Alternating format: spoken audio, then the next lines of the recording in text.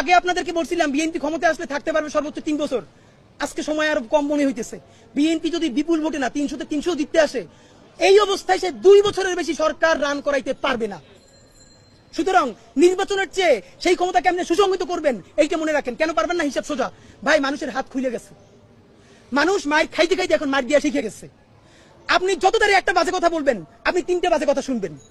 এমন অবস্থা হইতে পারে আপনারা সংসদে বসে যদি দেশবিরোধী আইন করেন, মানুষ নিজের জানমালের কথা ভাইবা সব বন্ধ কইরা সংসদে গিয়েও আপনাদেরকে পিটাইতে পারে। আপনারা তখন যত ইংলিশে মক বলার চেষ্টা করেন, তাতে আপনারা টিকতে পারবেন না। সুতরাং আপনারা জনতার রাজনীতিতে ফিরেন। কেমনে জনতার রাজনীতিতে ফিরবেন? এই যে অনেক লোক আছে এই ভাব নিয়া জুলাইয়ের ঘোষণাপত্রের ব্যাপারে আপনারা ভালো কথা বলতে চান না, জুলাইয়ের সনদকে আপনারা অত গুরুত্ব দিতে চান না, বলেন এটা আবেগের ব্যাপার না।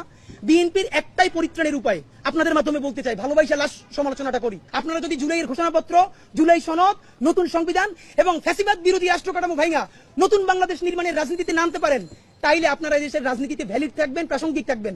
যদি না করতে পারেন, তাইলে মুসলিম লীগ আর আওয়ামী লীগের পরিণতি হবে। মুসলিম লীগ কেউ মারে নাই, রাজনীতির ভুলের কারণে নাই হয়ে গেছে। আর যেই দেশের নেতৃত্বে এই দেশ স্বাধীনতা হয়েছে মাত্র 54 বছর আগে, সেই দল সবকিছু নিয়ে পালাইছে। সুতরাং আপনারা তো তার অনেক পরের দল। যদি পারেন নয়া রাজনীতি শুরু করেন, ওইসব রাজনীতি বন্ধ করে।